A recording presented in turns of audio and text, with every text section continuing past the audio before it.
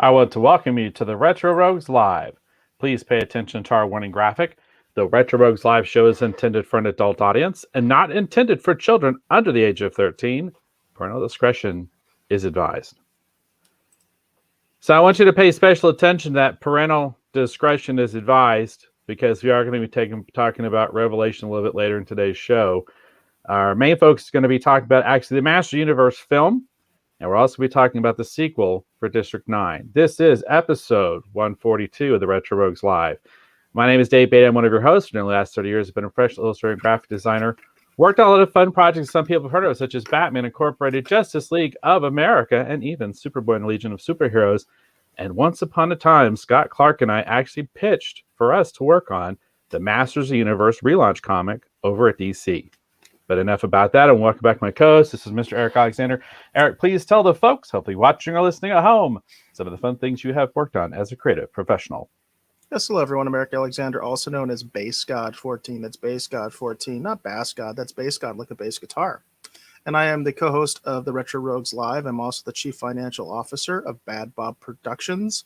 I recently actually got some good news for the Bad Bob family. So anybody who might be aware of the situation, we did get some good news over at Bad Bob Productions. Currently an executive producer on a film called Staycation, which just filmed another segment in California today. Very cool. Very cool. Glad to hear about that good news. And let me just start off by saying, I must possess all, or I possess nothing. So we are going to be talking about Master of the Universe from 1987. This is one of my favorite films. I'm not going to say it's a guilty pleasure, but I've always enjoyed this film. And I've said before on this show, and I'm going to state it again, I have always viewed the Dolph Lundgren, Frank Langella film as the way the Masters of the Universe story ends.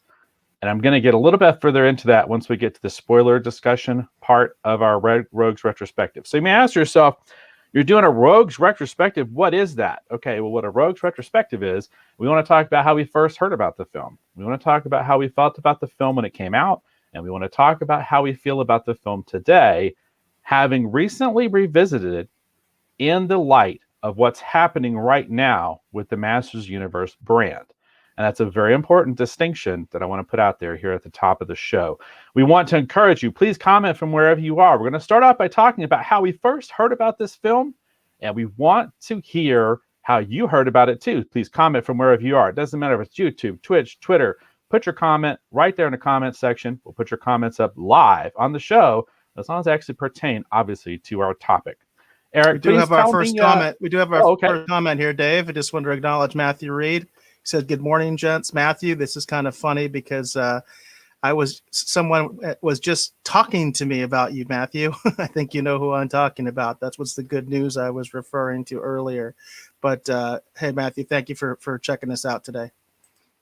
Very cool. All right, so I'm going to do a quick summary here coming from IMDb, and then we'll get right into it. So the heroic warrior He-Man battles against the evil Lord Skeletor and his armies of darkness for control of Castle Grayskull. Tell me, Eric, how did you first hear about Masters of the Universe? Well, I was a He-Man fan growing up, so I did watch the Filmation cartoon. I also had a somewhat decent collection of some of the older He-Man figures, some of the more original ones, like, Wave 1, you might call it. I had a decent collection of those. I didn't get much past that, by the way, into some of the, the more, I guess, the more recent figures, which is kind of a very relative term when you're talking about vintage He-Man figures. But I was definitely a fan of the show and definitely had some of the figures. I even had Skeletor's, Panther, the Purple Panther. I had a, fairly decent collection of He-Man stuff. So, growing up, I was into it. Maybe not as much as like, G.I. Joe and Transformers, which were really my kind of staples growing up, but definitely was a fan and definitely enjoyed the cartoon. And I also enjoyed the spinoff. I enjoyed She-Ra. I used to actually watch that quite a bit as well as a kid. So all this stuff was going on, at the time. And then, I just sort of heard about the fact that they were doing a live action version of this.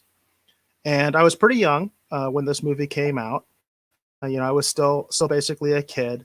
But eventually I went to my dad and said, "Hey, I want to go see this movie," and he took it to me. So I actually saw this movie in the theater.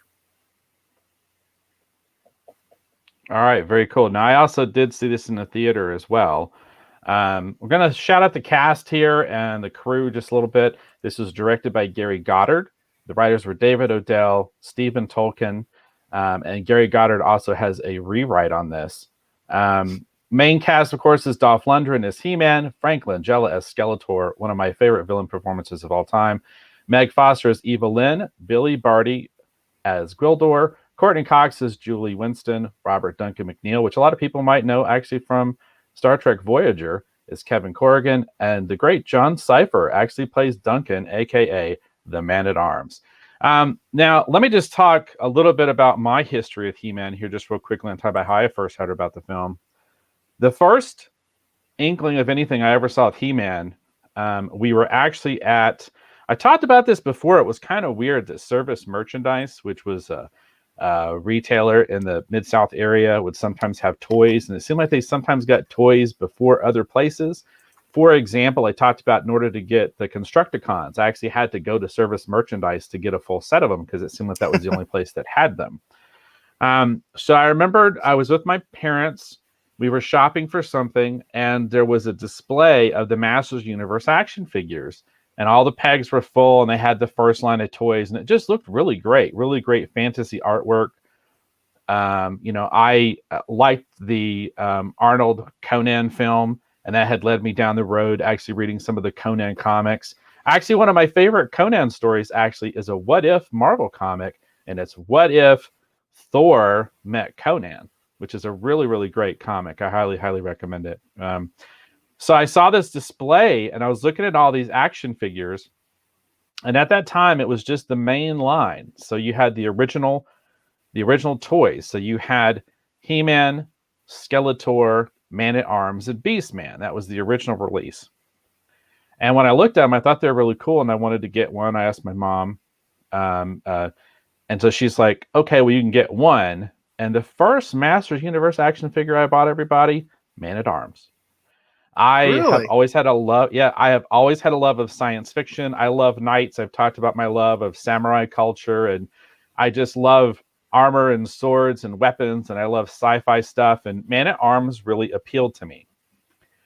So I remember we were actually shortly after that we actually went and visited with some family. So we didn't actually go home. I think we were going on a trip, and I remember playing with Man-at-Arms by himself with some of my other action figures. And it's interesting, he came through a time portal in my little storyline I created in my head. And so I remember playing with them, and I loved the little mini comic that came with it. And the mini comic is the first one that's kind of more like a storybook than necessarily a comic book. And I love that to this day. I still feel like the artwork in that by Alfredo Alcala is some of the best fantasy artwork I have ever seen in my life. Just beautiful stuff. And in this one, and here's another important distinction to think about, everybody. In this one, He-Man was not Prince Adam from Eternia. He was actually a barbarian from a barbarian tribe, and he went out to seek adventure and fortune, and he stumbled upon the sorceress who was living in a cave, and she gave him his weapons of power, and he went and fought Skeletor. It was a very different story. And then Skeletor was not actually from Eternia. He was actually from somewhere else. And apparently, doing experimentation in Castle Grayskull, they had sucked him out of his planet or his universe, his multiverse, whatever that is, into Eternia. So it was a very different story from any version of this that we've ever seen as far as adaptations, where animated, live action doesn't matter. The first thing I ever remember hearing about this movie, though, Eric, was actually an ad for you to win a role to be in the Masters Universe movie. That is the first time I ever heard anything about this movie. There was an ad that was running in comic books, or maybe it was somehow, I don't remember where I saw it, but I just remember the first time I ever heard about them making a Masters of the Universe movie, they were running an ad, and the ad said that you could win a role and actually be a part of Masters Universe. They wanted, kids to fill out the little entry form and send them in, that whole type of deal, for a chance to win a part in the movie. and that person is actually in this film. I don't remember his name. He's a little makeup pig guy, and Skeletor keeps handing him his Havoc staff. If you're watching the movie, he's the guy who's always holding the Havoc staff. It seems like half the time for Skeletor, you blink and you miss him, but he's there. Really? Yep, yep. So that's how I first heard about the Master Universe film. All right. So we talked about how we first heard about it. I want to encourage you again, if you're in the Rogues Gallery, if you're watching the show, please comment from wherever you are. Tell us how you first heard about the Masters Universe movie. We would like to know how you first heard about it. All right, so let's go ahead and get further into this. Eric, you said that you saw this film originally in theaters. I also saw this film originally in theaters. What did you think about the film when you originally saw it? It was an interesting experience. And again, I was pretty young when this movie came out, but I do distinctly remember, going to the theater. I remember, as a kid, how ominous I thought the beginning was, the intro, when you first get to see the film version of Castle Grayskull, which is very different than the version they had in the Filmation cartoon or the playset for that matter. It was really kind of freaky looking, like maybe something very much out of the Dark Crystal. I think that's something that I think kind of goes through my mind. And I just remember how ominous the beginning was as a kid, and I was kind of like, not sure exactly what this was going to be or anything like that. And then, of course, just the way that the film progressed, it definitely was not what I expected. There's just no doubt about it. And, that's part of the controversy with this film, because for a lot of people, this was not what they necessarily expected. If you were used to the Filmation cartoon, this film was really different. And that's what I was used to, I did have some of the comics that came with the figures. I think it is important to remember continuity, obviously, because that is a different continuity than anything else in He-Man. That the mini comics that the figures came with. So I was kind of aware, I guess, even as a kid, that there were sort of like different interpretations of He-Man, if you will. And I quickly kind of realized that this was going to be sort of a different interpretation of He-Man. It wasn't going to be a straight adaptation of the cartoon that I was used to. That said, once I kind of settled in, into the end of the film, I really started to enjoy it. One of the things I really liked was Skeletor Soldiers in this movie. And I remember just the design, they're actually very evocative of like the Death Star gunner from Star Wars. And I've always enjoyed that design, that crazy helmet and everything like that. And I remember being really taken aback because, in the Filmation cartoon, Skeletor Soldiers were these really goofy looking robots. I don't know if you remember that, Dave. I'm sure you do. But in the cartoon, Skeletor had these really goofy looking robots, and they were like his army, in addition to his henchmen, right? And I remember this was a real step up in my mind. Like as a kid, I was like, these guys look cool. Their guns look cool. They look cool. They moved really good, which was kind of interesting. Like one of the things that really struck out to me is like, for instance, stormtroopers, up to that era, right? In the original Star Wars trilogy, they were always a little bit kind of on the bulky side, a little bit awkward. But these guys did really dynamic stuff, the Skeletor soldiers in this movie. And I remember being so impressed with so many of the action sequences because they would be like breaking through windows. One of the things I really liked that is that they would move, you know what I mean? Like they would get down on their stomach to try to cover themselves if they were out in the open.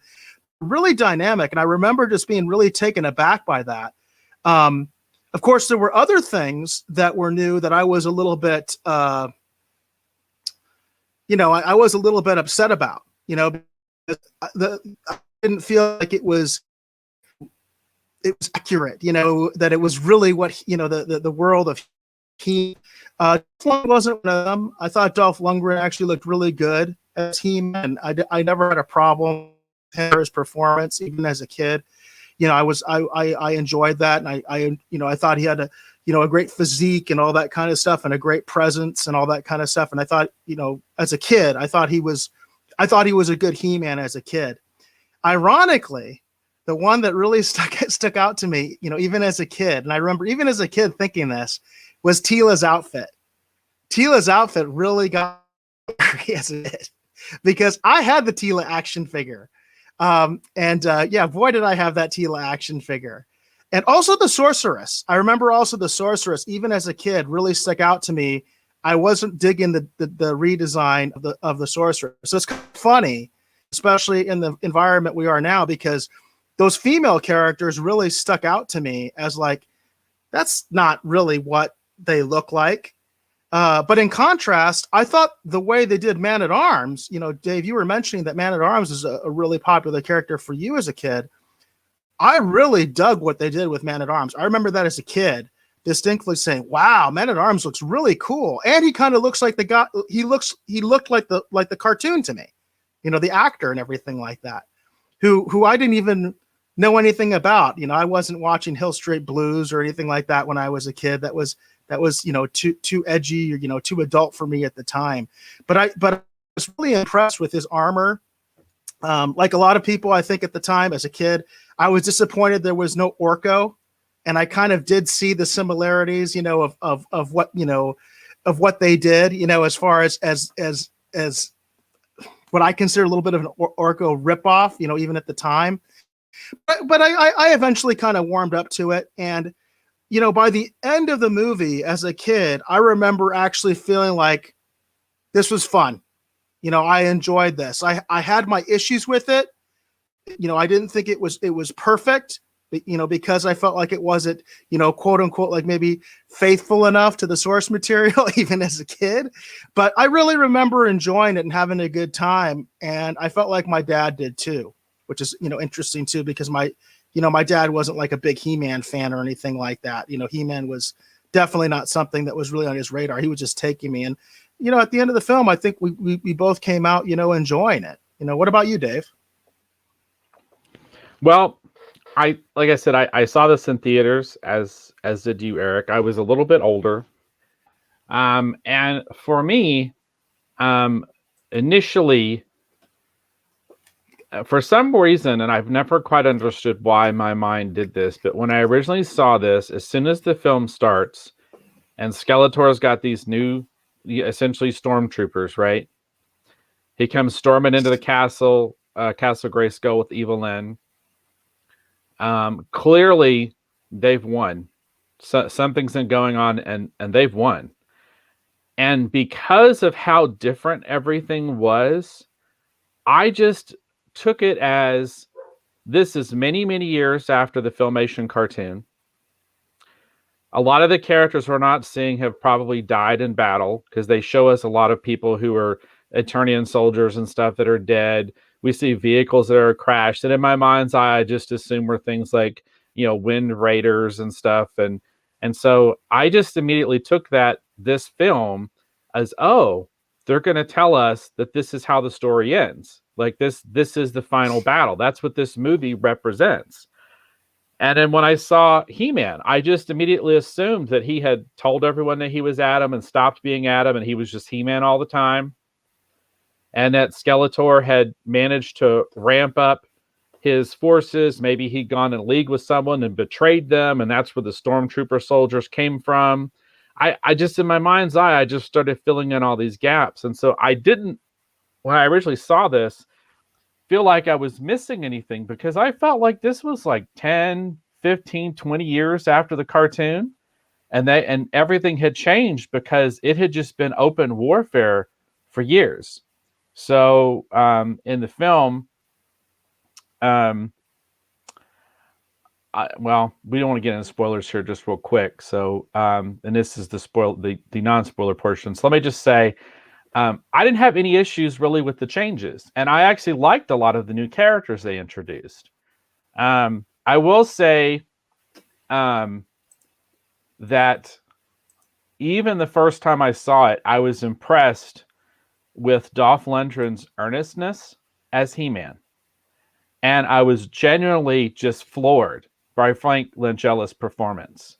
I really felt like that they had given us kind of a more, I'm going to use the term adult, right? Because I feel like this was made for all audiences, and they also packaged this for parents to watch, right? And I felt like they really gave us a really interesting, older, kind of, he's been through this 1,000 times before version of Skeletor. And I loved Frank Langella's performance, which is why I started off by using one of his lines. He's got so many great lines in this movie, and Frank Langella's delivery is so great. Started the show off with, I must possess all or I possess nothing. That's such a great line. And that's so Skeletor. That's the thing, too. That is so Skeletor. So I just remembered completely loving it and was intrigued by how I felt like that they were taking the fantasy elements of He-Man, leaning into the science fiction elements a little bit more than actually the cartoon did, and almost kind of like giving us a Star Wars version of He-Man. That's what it felt like to me. And so I just thoroughly loved it and was genuinely impressed. And I've loved this movie ever since. And then when you look at, I remember even back then just being impressed by the incredible design work, the makeup, the score by Bill Conti is so great. Look at this Drew Struzan poster, everybody. This thing is killer. I mean, just amazing. Absolutely amazing stuff. So I just was just like, wow, this is impressive. And to me, all it did was further increase my appreciation and love for the Masters Universe and He-Man and the incredible world that they built with creating all these crazy toys and all these vehicles. And I was just like, wow, there's so much potential here. So I just loved it.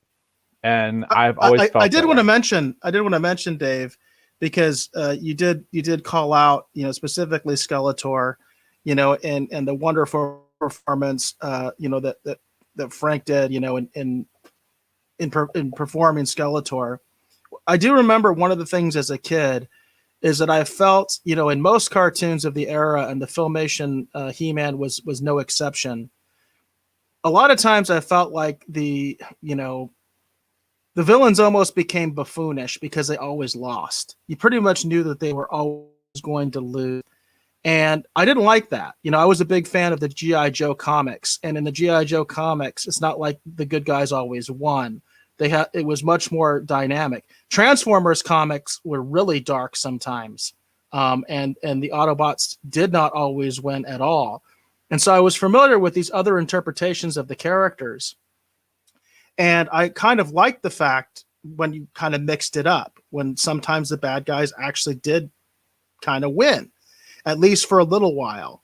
And that wasn't the case usually in the cartoons.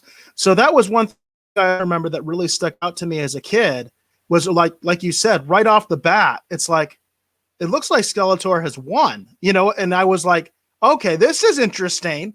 Like right off the bat, even as a kid, I remember thinking that. And it was just like, in a lot of ways, to me, it was like a breath of fresh air, even as a kid.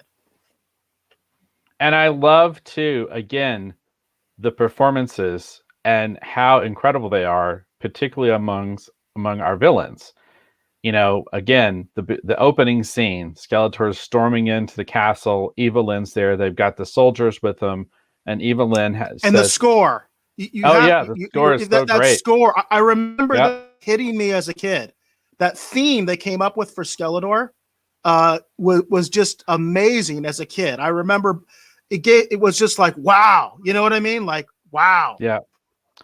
And, there's that moment where Skeletor is walking right up to this throne. He's going to take his seat. It's his, right? And Evelyn says, after all these years, Grayskull is ours. And he turns, he's like, no. And he sits down and he gets kind of quiet, and you see him grip that Havoc staff and he says, mine. And I was just like, wow, this is incredible. I mean, I just remember as a He-Man fan, I loved what Frank Langella did with Skeletor and the stakes. This film has so much stakes. So I have, like I said, ever since the first time I saw it, I loved it. I loved it. Thought it was incredible. And it's been one of my favorite go-to movies. This film is often on in the studio at least once a year. And part of the reason I still collect He-Man things, part of the reason is because of this film. And I'm going to go ahead and throw it out there. Our next episode is going to be a He-Man collectors focused episode. So hopefully those of you who are watching and bopping in and out and leaving, hope you'll join us back for next Thursday's episode at 7:00. We'll be talking about some of our He-Man collectibles we have in our collection and talking about some fun stuff, I think, anyway. All right, so we talked about how we first heard about it, and we talked about how we felt about it back in the day. We do have some... Dave, let's get caught up with the Rogues Gallery real quick. So John McClay had a couple comments, and he said, some of the first characters I really started drawing were from He-Man. And he also goes on to say, I think this film started me crushing on Courtney Cox. And it's funny because, I'm keep wondering when it comes to Courtney Cox, and Dave, maybe you remember this better. And I probably should just look this up because then I could give a sort of definitive answer. Do you remember if Courtney Cox had started appearing in Family Ties yet when came out? That's an interesting question, and I honestly can't remember. I know the first thing I remember seeing Courtney Cox in was that Bruce Springsteen video. Yeah, that's what I always hear about is that that's what they knew her from. In other words, that's pretty much why she got the part. That's why where she was known from. But in my mind, I feel like she had already been on Family Ties. But I think I might be wrong about that. Sometimes I think, especially when you're trying to remember stuff as when you were younger, things get a little bit crossed. Because for me, Courtney Cox was always that girl in Family Ties. Basically, in my mind, Alex Keaton's second girlfriend.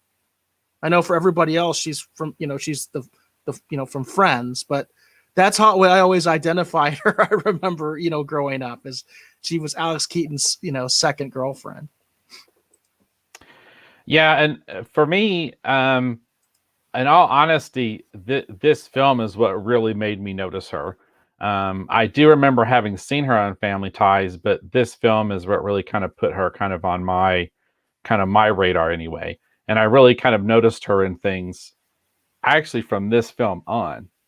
That's how it worked actually for me. So we talked about how we first heard about it. We talked about how we felt about it back in the day.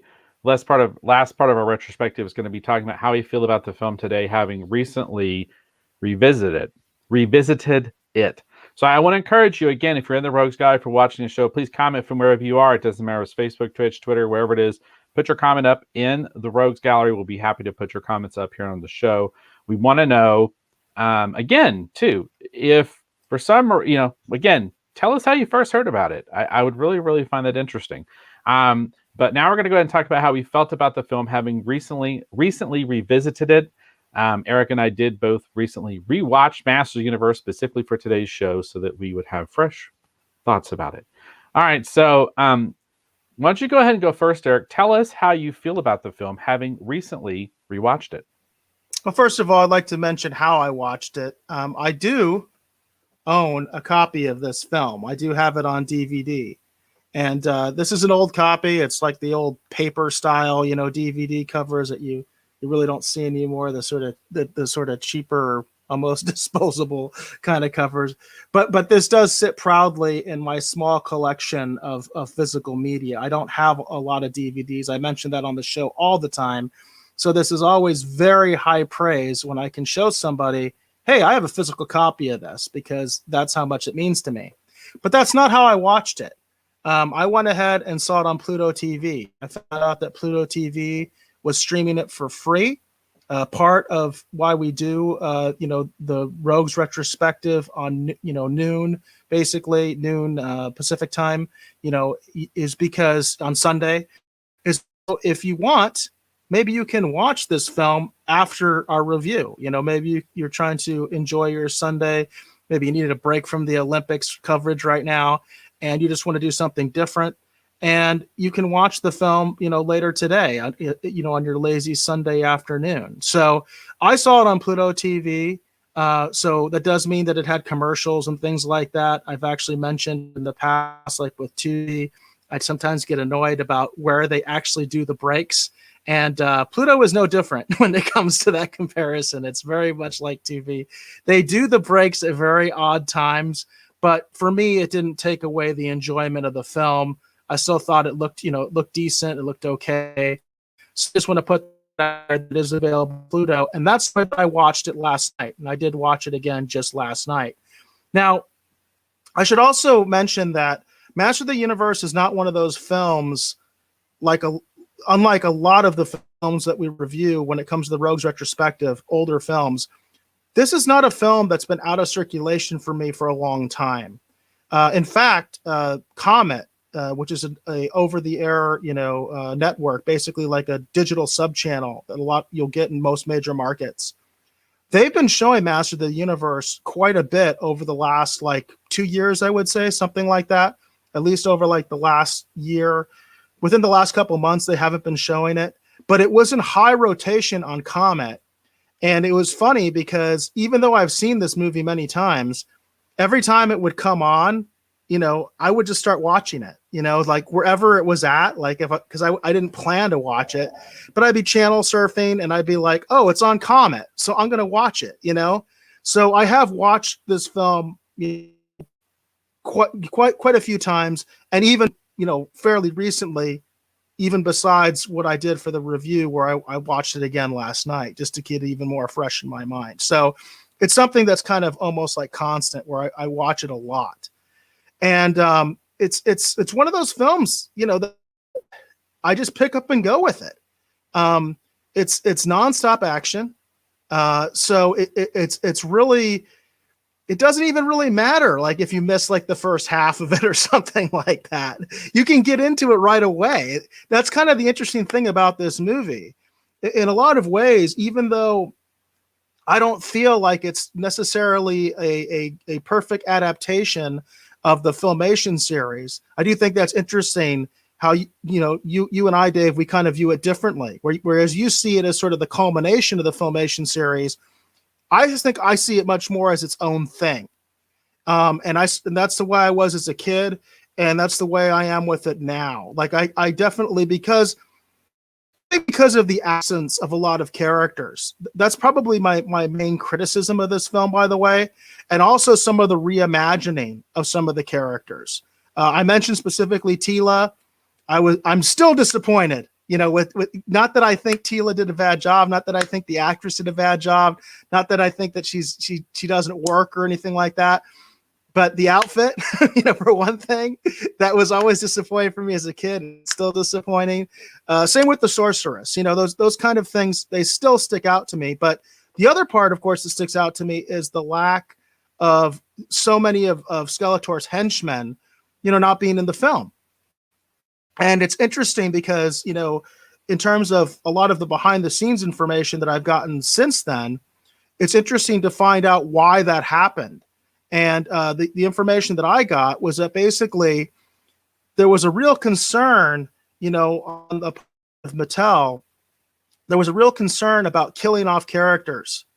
And in order for the film to have a little bit more freedom, they decided to invent some characters, because that way, if they had their own characters that were unique to the film, they could do whatever they wanted with them, and it didn't necessarily affect the Filmation cartoon or anything like that, or any of the toys or any of Mattel's projects going forward. It was kind of its own thing, So to me, that's still something that sticks out a little bit. But I do enjoy a lot of the new characters as well, like the new henchmen that Skeletor has that basically only appear in this movie. I do think that they're pretty interesting. The one that really sticks out to me, especially today, and I don't think as much when I first saw it, is Anthony DeLongis. Okay, and if you don't know the name, you may know the face, you may have heard of him, you may have seen of him. He plays Blade in the movie, and that is one of the new characters. And also one of the few new characters that actually got an action figure. at the time. I remember that distinctly, that Blade actually got his own action figure. And he's the guy who wields like two swords. He was actually one of like the stuntmen. And I don't know, and I'm sure you knew this, Dave, but he was actually like the stuntman for Frank Langella. So in addition to being one of the principal actors, and he actually having lines and being, a kind of an important side character, he was actually a stuntman, and he's very well known in Hollywood for his swordplay work. And I thought that was really interesting. So he in particular was a really interesting addition to me. I did like the fact that they had Beastman. I remember, even as a kid being like, oh, Beastman. They have their own interpretation of Beastman that I thought was interesting. And, this film has a lot going for it. It really does. Even with the quips and quibbles that I might have of various things that I felt weren't like cartoon accurate or toy accurate or whatever. I really feel like, it stands really well on its own as its own thing.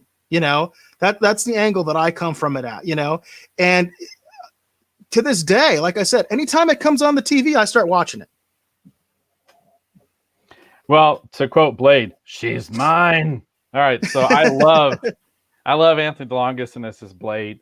He was one of my favorite of the new characters too, Eric. I love the fact that he used two swords. And again, going back to how I viewed this when I originally saw it, again, the way that they set this up, it's like that, they have been fighting for a long time. And one of the first things that Blade says to He-Man is, I've waited a long time for this. So I think as a kid, I was kind of taken aback by that, by the way. I was like, wait a second. Yeah. Well, again, for me, the way I was viewing this film right after it starts off, at the beginning, like I said, when I originally saw it, I saw this film as the end, like this is how it ends, and it's interesting. Yeah, I actually really like that. I think it's really interesting the fact that we kind of viewed it through different lenses, and I think all this like headcanon that you put into it is really cool. Honestly, all this world building that you put into it, I think is really cool. So let me also say, having recently revisited this is a film, like I said again, I watch this film fairly frequently. Like I said, it's on in the studio at least once a year.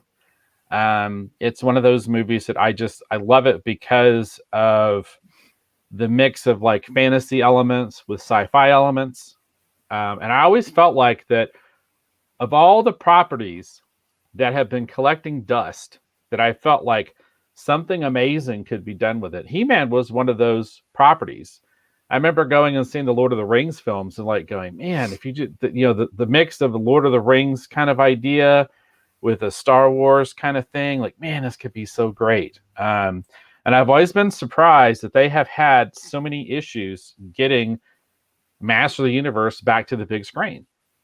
I'm always been kind of surprised at that. So having recently revisited this, my opinions about this film have not really changed. Frank Langella's performance as Skeletor is still so great. I would put it up there with some of my other favorite villain performances of all time. He goes on the same shelf as Max von Sydow as the Merciless. Another truly great, in my mind, villain performance. Like Max von Sydow actually elevates that film because of his performance. I feel like Frank Langella actually elevates this film because of his performance. His performance, and again, like I said, with Dolph Lundgren's earnestness as He-Man, just really makes you buy in that they are those characters from the cartoon come to life, in my mind anyway. It just works between those two. And when you look at the incredible art direction and design work, I think the biggest thing I would single out is sort of like, I never really cared for it, and I still don't kind of care for it, is the redesign of Castle Grayskull on the exterior shots. I love the interior shots. The interior shots are amazing with all the platforms and everything. But I've never been a big fan, actually, of the exterior shot that they show us at the beginning when you get the opening narration, where they talk about, at the corner between the light and the dark stands Castle Grayskull. I could actually do that whole opening thing for you. I've heard it so many times. And I just, when I rewatching this film today, I just fall into the same place. I love it. And what's interesting is when you watch it with a critical eye and you think about that everything that happened, you can see where, for example, Gellar in an early draft was supposed to be Orko. There's one particular line in particular, and let's do it. Could you put the spoiler warning up, Eric? Yeah, absolutely. All right, we're getting into spoiler territory, folks. Yeah, so if you haven't seen this film and if you want to watch it, definitely go over to Pluto, check it out. Let me just go ahead and say right now, I think if you've never seen this film, you're going to enjoy this more than Revelation. Now, there's a great line that clearly was originally written for Orko, where they're in the castle. Skeletor's troops have showed up, and the heroes were trying to free Sorceress, and it's not going very well. Where Dolph Lundgren has that line, "It's always been between us." It's just this really great kind of confrontation, and they start fighting, and the Man-at-Arms says, "Gellar, can that thing get us out of here?" And he's like, "Yeah, but where? He's like, "I don't care, anywhere." And so he starts dialing up these coordinates, and then the door opens. And I feel like that originally this might have been just a magical artifact, and maybe Orko was somehow channeling magic through it, because right after that he says, "He-Man, Man-at-Arms, Teela, I did it. And that to me sounds like an Orko line, because his magic often didn't work. So I feel like that when you look at Gellar, Gellar is obviously meant to be a stand-in for Orko, but I think originally Gellar was written as Orko, and then they changed it. And I feel like that's one of the lines that's still left. Yeah, that makes a lot of sense, because Orko was in fact from a different universe, right? So where everything basically worked on, it was almost like a bizarro world where everything was kind of reversed. That's why his powers didn't work very well in Eternia, because in Orko's world, he was a great magician. His powers worked very well, right? And of course, he had like an amulet, and that was how he was able to travel to Eternia in the first place. And then he lost it, and that's why his powers don't quite work right. So it would have actually made perfect sense to have Orko. What I always hear about the Orko thing is that the bottom line was that it would have been too expensive to actually have Orko floating around. So they had to figure a different path. And that's probably one of the biggest things looking at this film from a critical lens from 2021, looking back at a film from 87, is they did the best with the money that they had. But I feel like that's also a valid criticism. There are clearly sequences where if they'd had a little bit more money, I think they would have done something a little bit more epic, because the film has so much scale and is so epic. And there are a few particular sequences, particularly going to the end of the film, for example, where you can tell that they were hampered by the budget, because I know that they were racing to get this film finished before Canon Films just pulled the plug on this thing altogether. Particularly the final fight. Yeah, definitely. You can definitely see it, and I'm sure you're familiar with the story, Dave. Of what happened. I basically did get shut down on set, like literally in the middle of the climax, in the middle of the final fight. Literally, Canon came down and shut down the production. Literally. And it's interesting too, because Bill Stout, William Stout, who was one of the designers and artists who worked on this film, a lot of the stuff that we see on screen, a large portion of it is basically his handiwork.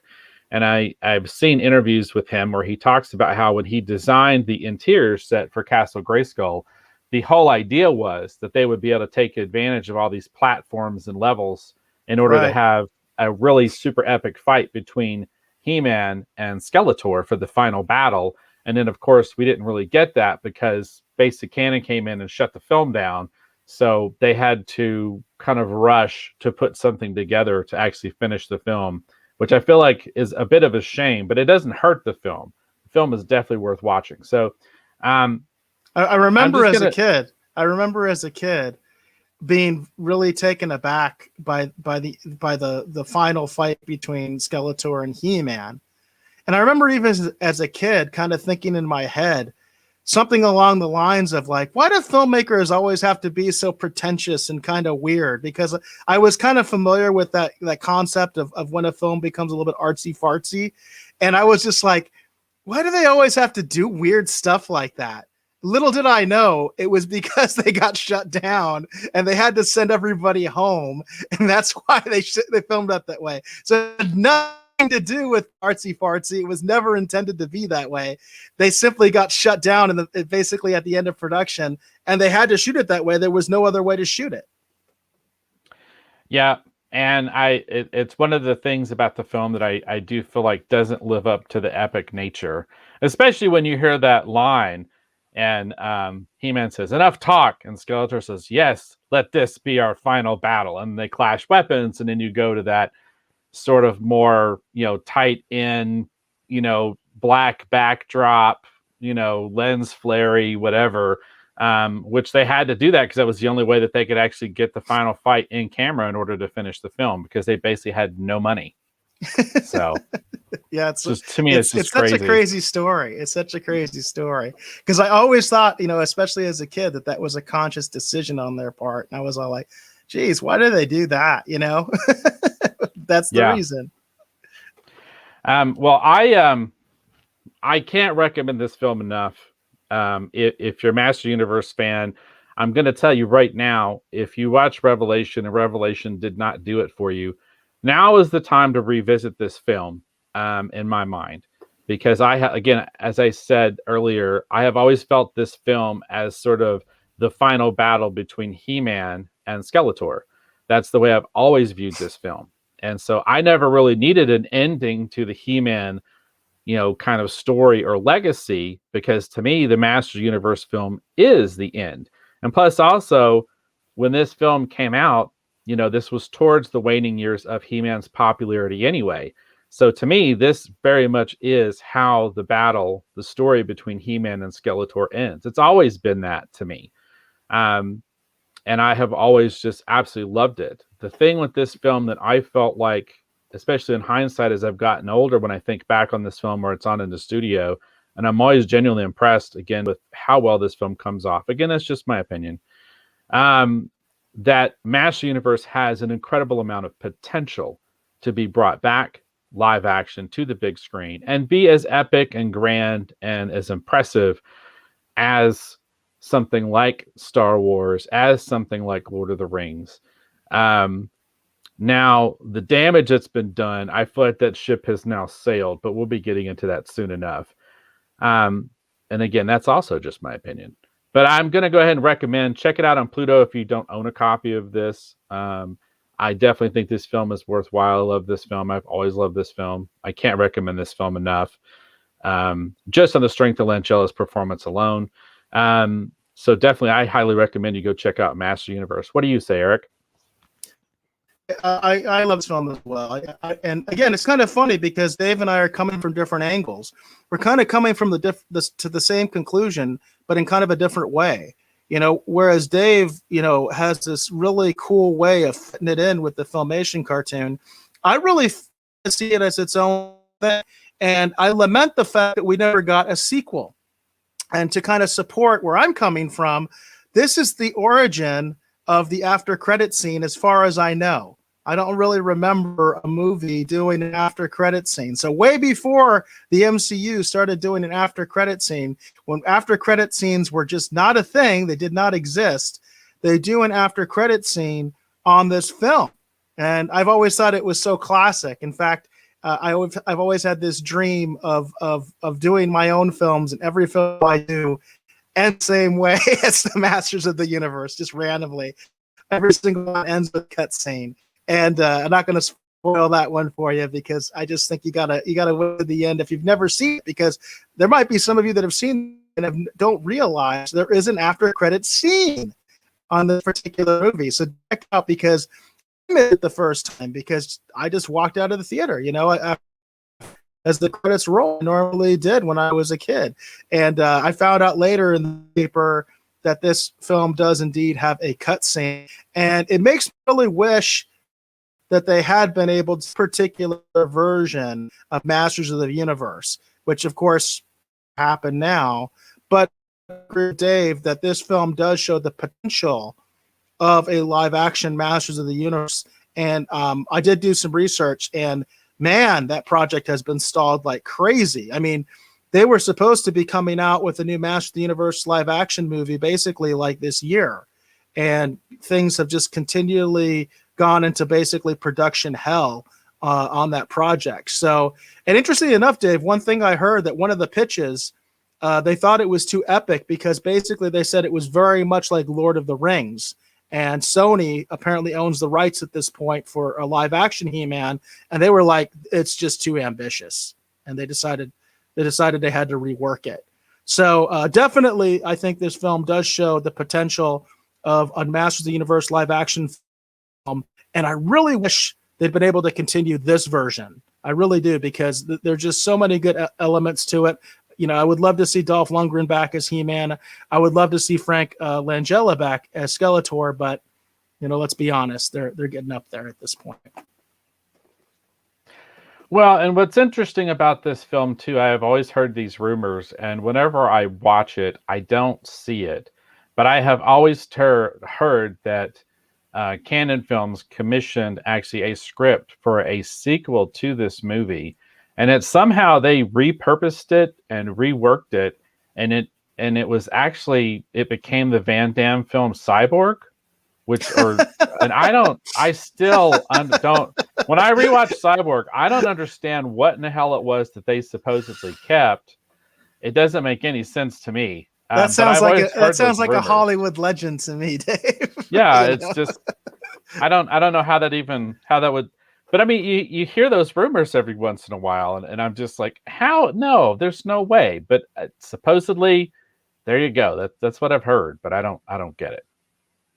Yeah, this film, you know, it was not a big hit at the time. There's no other way to slice it. But I do think it has gained even more than a cult following at this point. I think a lot of people appreciate this film now. Yeah, like I said, my appreciation for this film has only increased, and as I get older, like I said, for me, this is how my Masters Universe journey ends. You know, this is how it ends. So I didn't really need anything beyond this. But if they wanted to bring it back to the big screen, I'd love to see it. But like I said, for me, this is how the story ends. So I've never really needed anything really beyond this. All right. So let's what do we want to do next, Eric? Because I do want to talk about Revelation. Well, I think you should go right into it. I think you should get right into it.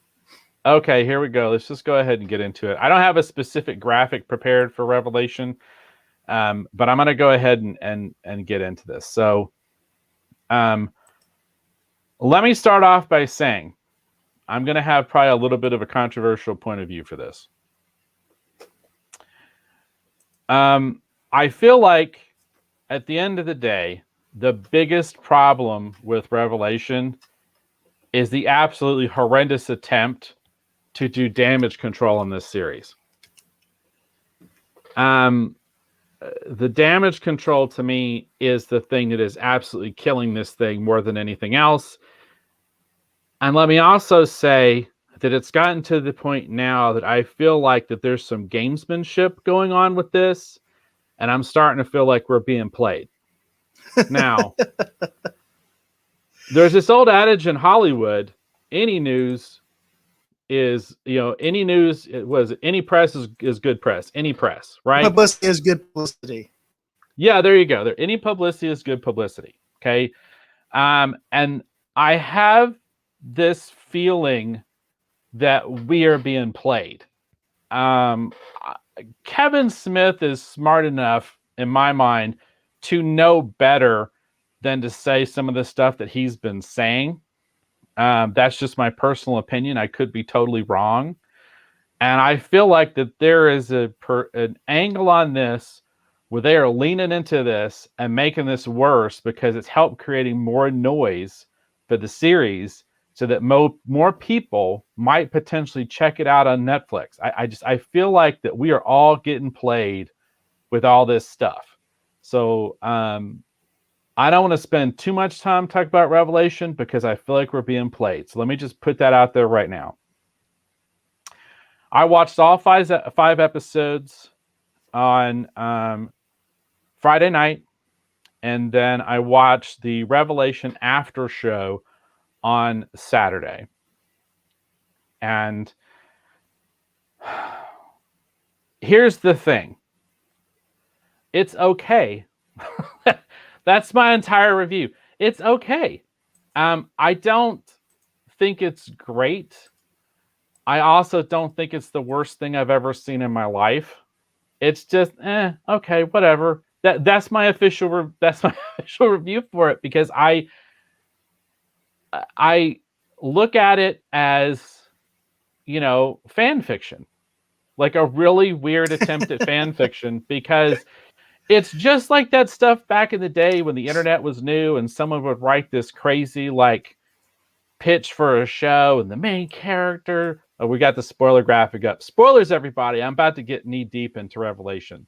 So if you haven't seen it, let me just tell you, I don't know if you want to bother, go watch the movie. But it's just like that fan fiction where they kill the main character, right? And these side characters who, while important to the story, were never the lead character or said in the lead character. Let me also confirm that this is the Tila show. It totally is the Tila show. Clownfish was totally right about that. It is definitely the Tila show. And there are portions of it that I was genuinely impressed with. The intro is kind of neat because they use a lot of the original packaging art. The art direction on it's really cool because they're so faithful to a lot of the toy designs for the vehicles. The animation is really great. The score by Bear McCreary, who I'm a fan of. I'm a big fan of Bear McCreary. Score's pretty good. You can tell that there was some care and there are fans that were working on this when you look at it. That being said, at the end of the day, a show that basically manages to kill Adam twice, I can't endorse.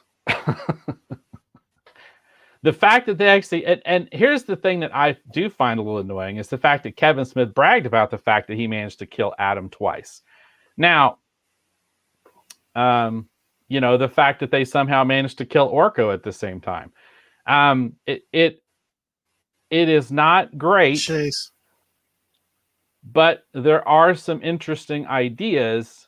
But at the end of the day, it's not enough for me to come back to it. And here's the big thing. When I look at what's going on with the press and the publicity, and this is weird. They only put half this show out. I've never seen Netflix do that before. They put 5 episodes out, and apparently, I guess there's another 5 episodes to come or something. I don't know. Well, technically, they did that with Unsolved Mysteries. So right, okay. Unsolved right. Mysteries did that as well. And I mentioned that because we've actually reviewed the Netflix Unsolved Mysteries on this show. We've reviewed some episodes. So to be fair, yes, they have. It's not an unprecedented thing. And I had forgotten about that, Eric. Thank you for pointing that out. But there is a really good chance, and this is why I feel like we're being played. I feel like we're being played because I feel like the second half of this is going to walk most of this back. And if it doesn't walk most of this back, I feel like that one of the He-Men of old, someone like Hero or something, is going to come back and basically become either the new He-Man. And I would also not be surprised if in the last 5 episodes that somehow She-Ra shows up and She-Ra saves the day. So I'm not a fan of what they did. But when I look at it with a critical eye, when you look at the animation, when you look at the quality of a lot of the character design stuff, there are some interesting ideas in it. It's okay, but I can't I can't recommend it saying it's great. I'm just going to say it's okay. To me, it was like watching Black Widow. It was the same thing. It's all right. I mean, if you want to watch it, it's okay. But I could also see too, if you're a diehard He-Man fan and you want a continuation, I could see where this thing would make you so mad that you want to, break your television in half, because some of the stuff they do is intentionally meant to elicit an emotional reaction, which leans into the fact that I feel like we're being played. Because I just can't see it. I can't, and maybe I'm wrong, but I just can't see Mattel, Hasbro, whoever the heck it is. I can't see them wanting to put out that many toys and products with He-Man all over it and then kill He-Man that many times and have him absent for most of the show. I don't understand what I'm looking at. So it makes me think that there is something else going on. So I'm just going to say I feel like we're being played. My review is, it's okay. I will not be back for the second half because I've got more important things to do. And there you go. And for me, the Master Universe film we just talked about, that's how my He-Man story ends, everybody. And I'm perfectly okay with that. I don't need to come back for the second season. I know how the final battle goes down. And it's led by incredible performances like Frank Langella as Skeletor and Dolph Lundgren as He-Man. And I'm good. I don't need to go watch the second half of this thing. I got other things I got to do. So that's my whole deal. I don't want to spend a lot of time talking about Revelation because, like I said, it just feels like they're playing us, Eric. It feels like we're being played. No, I think you've hit the nail on the head, and I do want to just give my perspective. As fairly quickly, we are over the hour mark at this point, and there is one more segment at least that I wanted to get to that's in the description. I do want to talk about the District 9 sequel, District 10. But here's the thing, okay? And you've hit a lot of these points, Dave. You've actually kind of hit a lot of these things, but you took a different path than what I'm taking. I'm not going to watch it, okay? I did consider watching it because sometimes I hear that criticism in my ear of, well, how can you criticize something you've never seen, okay?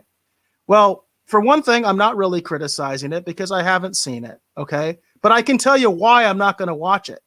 Okay? Because I know, and I knew from we covered this in our news segment. We knew this was going to be a bait and switch, and we knew how disingenuous Kevin Smith actually is. And I've felt this for a long time about the guy. Okay, Kevin Smith is one of those guys that has this quote unquote like amazing like nerd cred or something like that because he legitimately liked some stuff that a lot of fans like Star Wars. Okay.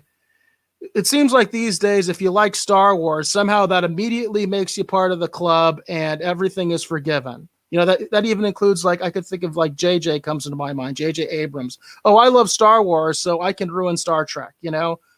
That's fine. I can make Star Trek into Star Wars because I like Star Wars and I'm one of you. And I hate that stuff.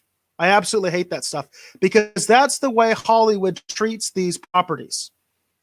Basically, they're like, it's genre entertainment, it's fantasy or sci-fi. These are the lowest forms of life as far as Hollywood is concerned.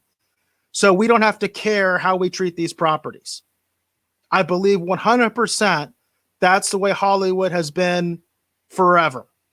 The one exception, and even now it seems like it's under assault, is Lord of the Rings. Lord of the Rings did get some actual Academy Awards and things like that. And I've always heard it's because they employed so many people.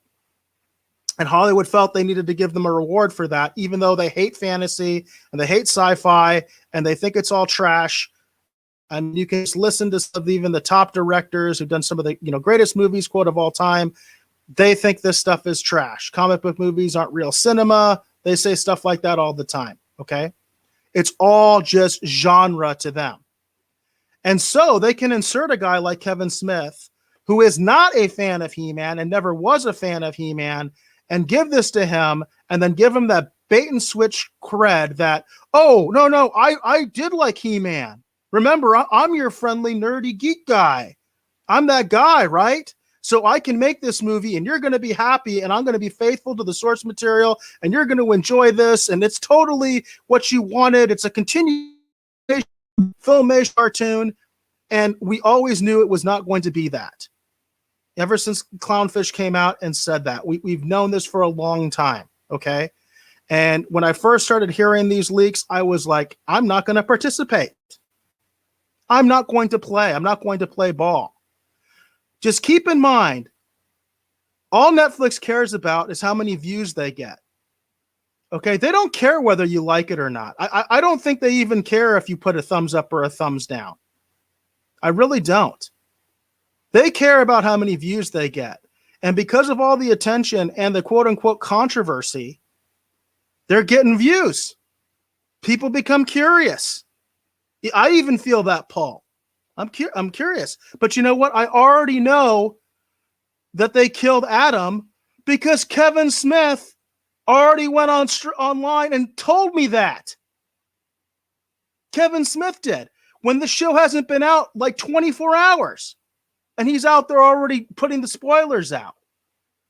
So I definitely think we're being played. I definitely think it's like, if you want to get off this crazy train, people are going to have to stop supporting this stuff and stop watching it.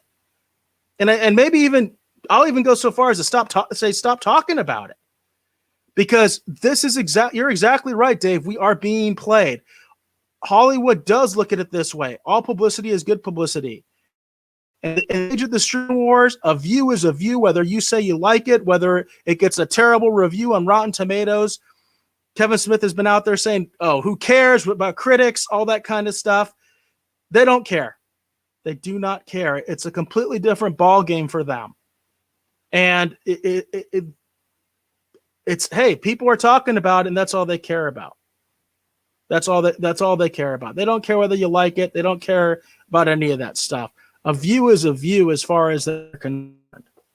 And I really think you're right, Dave. They're probably trying to put people on the hook so they can get them again. You know, and there's that old saying, you know, that I remember so well from Star Trek, right? You know, fool me once, shame on you. Fool me twice, shame on me. That's the bottom line for me. That's the bottom line for me. And I have been fooled so many times. I mean, that's a big reason why we've changed the format of this show. That's why we're not reviewing very much modern stuff anymore. Not to say we never will. You know, Dave did a review of the Tomorrow War not too long ago. So there are exceptions to the rule. But for the most part, for me especially, I'm done. I'm done. It's very hard for me to get into something new at this point because I know what they're going, where they're going. I know what they're doing, and I'm not aboard with the agenda. I'm just not getting on board. And the way Kevin Smith has conducted himself is just pathetic. And I hope people are starting to really see the shill that he is. Yes, the shill. And what I mean by a shill is he pretends to be a fan and he isn't. That's what a shill is. You pretend that you're a fan. You pretend that you're somebody that's really into this, and you're not. You're not. You're just a corporate shill. You just, whatever they tell you to say, you go out there and say it. And I find it very hard to believe that Kevin Smith isn't doing what he's doing without some direction from the studio. I find it very hard to believe he's just going off rogue on his own and causing this train wreck. I mean, this absolute train wreck of bad publicity and bad conduct and blaming the fans. I am so sick of blaming the fact that you can't respect continuity. You can't be honest. Look at this movie that we were just reviewing. Okay. And Dave, you and I have talked about this and this absolute crap revisionism that came from Sarah Michelle Gellar. Okay. I have a quote from Sarah Michelle Gellar where she talks about basically that the He-Man show never had like there was no one into that story for me growing up because all of the women were afterthought characters. They didn't hold the power and the storylines weren't about them. Look at this movie. Look at this movie. Okay. Tila is in it. Tila is important in it. The sorceress is in it. The sorceress is important in this. And they a new character, Courtney Cox, a female character for this movie. Okay. This narrative that they keep putting out is bull. It's absolute bull, and it's revisionism. This is full. Even here on the picture, you can see Courtney Cox is right there on the cover. Right there on the cover. No stories about women, right? I rest my case. Yeah, and that's that's kind of where we are, everybody. I don't want to talk about Revelation anymore on the show, because I feel like that we're all being played, and I don't feel like it's worthy of continuing to talk about. If you came to the show late and you're curious to hear my views on the show, because I did take the bullet, I did watch it for the show, just in case anyone wanted to talk about it. I want to be prepared to discuss it, so I did. But other than that, I'm done. Watch the replay, listen to the podcast, and you can hear what I had to say about it. And there's plenty of spoiler reviews out there, by the way, which also kind of annoys me. As recent as it has been, it's hard to find like a non-spoiler review. Just a simple thumbs up or thumbs down. You know what I mean? Did you like it or did you not? What do you think? Because we know people's creds a lot of times. We know where they're coming from, especially commentators, because they have other material out there. And sometimes I just want to know the opinion of someone who's watched it, who I know is an actual He-Man fan or has some real He-Man knowledge, and it gets frustrating because, hey, it doesn't even matter at this point because Kevin Smith already just put it all out anyway in this crazy attempt at damage control, And the other thing too is there are some interesting ideas, but when you're talking about the conclusion, again, where it ends, I feel like that this story's kind of already been told. The Master Universe movie that we're talking about, it ends with Skeletor going on. He gets the power of the universe, and then he says, what is the significance of you? Who are these people to me? You are no longer my equal. I am a god. So where the show ends is nothing new. We've already seen it actually play out better in live action. So I just don't see the point in continuing down this road. Because to me, folks, the movie, check this out instead of Revelations. Yep. There you go. Yep. That to me, that's how the story ends, everybody. And it's just been further reinforced. All right, very cool. With that, Eric, I think we're probably good talking about that. We are going to do, again, a Collector's Corner focused episode about Master Universe, because I do still like He-Man. I do still like Master Universe, but I'm going to be talking about my stuff I bought back in the day, some of my collectibles I still have, and talk about that for next episode. So I know, Eric, that we had some pop culture news. What did you have up for today's episode? So I'd actually announced this for Thursday's episode, and we just never got to it. It's funny how the news cycle is sometimes, especially with the Thursday show, because it's so much like a feast or a famine. Sometimes there's like nothing for pop culture news, and I'm struggling to just find anything. And other times there's a lot of stuff going on. I will mention again, because we mentioned previously, the San Diego Comic-Con at home is still going on. I actually did go on the YouTube site and was kind of just checking stuff out. I'll tell you, those numbers, Dave, for some of those panels are pretty laughable. They're pretty bad. So I don't know if anybody's even paying attention to San Diego Comic-Con at this point. I do hope that they do their physical event in November. But man, some of those numbers, even for some of the real popular stuff, it's almost shocking. It's almost shocking how low some of those numbers are for the San Diego Comic-Con at home. But if there's some news coming out of, go ahead. And just let me say, I would have loved to have gotten that Walgreens exclusive Blade Funko Pop that looks like the Wesley Snipe one that's a part of the event. I have exhausted so much time trying to figure it out. I talked about it last episode, and I've been still continuing to try and figure out how to get it. I don't know how in the hell you're supposed to get it, so I just gave up again. Yeah, it happens a lot with these internet exclusives. There's a lot of criticism of that these things they're not readily available. So this was something I want to talk about. Last Thursday, I just want to touch on it. So this is an IGN.com article. Again, it's a little bit older. It's dated July 20th. So 5 days ago, as the time of this broadcast. Headline reads, District 10 will be based on a topic in American history. Quote, it took a decade to figure out to come up with a reason why to make that film as opposed to just make a sequel. So the article doesn't get that much farther into this. I think this headline says it all. And I've got alarm bells going off in my head all over the place. I'm going to start with the most least controversial part of this that I'm just kind of sitting there scratching my head. It took a decade to figure out to come up with a reason why to make that film as opposed to just make a sequel. Am I taking crazy pills here, Dave, or did District 9 basically not end on a cliffhanger, essentially?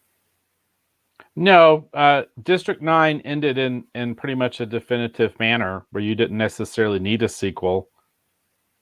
Well, I disagree, okay, because I'll put up the spoiler warning for anybody who's seen anybody who has seen or hasn't seen District 9. If you don't want to be spoiled, I'm putting up the spoiler warning right now, okay? The way District 9 ends, okay, is basically you have one of the aliens escape in the mothership, okay, clearly to get help, okay? The aliens are not in a good place, all right? And at the same time, the main character has been turned into an alien, okay? And if that isn't a cliffhanger, I don't know what is, Dave. I mean, obviously we disagree on this point, but I think that it ended as a cliffhanger. It was always meant to have some sort of a sequel. So I just don't feel that this is a genuine comment, that he's saying that I didn't want to do a sequel just to do it. It totally was set up for a sequel. It was totally set up for a sequel. It just did not in my mind. Okay.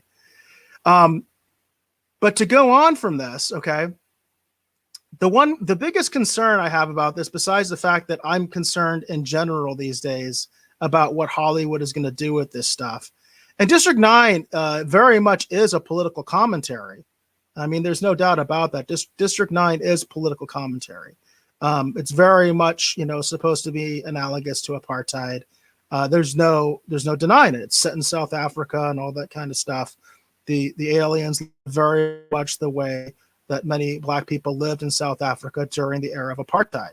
There's no denying that. It's definitely social commentary. The biggest thing that actually concerns me about this idea of the topic in American history is one of the things I really enjoyed about District 9 was the fact that LA wasn't getting invaded again. Because we see that all the time. First of all, for Hollywood, LA literally is the center of the universe. Like literally. That's their mindset on everything. Everything is always California, LA centric. It's like the rest of the country, much less the rest of the world, doesn't exist to that.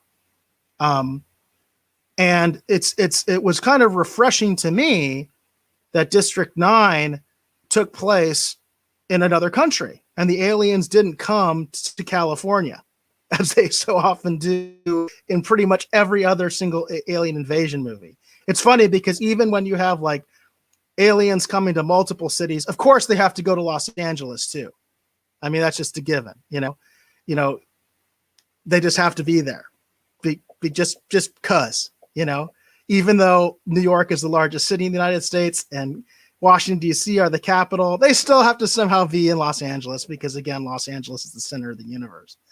So one of the concerns that I have about this is whether that they might actually be changing the setting, because it does make sense that, again, because I do feel that a sequel was set up, and I could definitely see a scenario where the alien returns, he comes back, and he sets up shop somewhere else, possibly in the United States.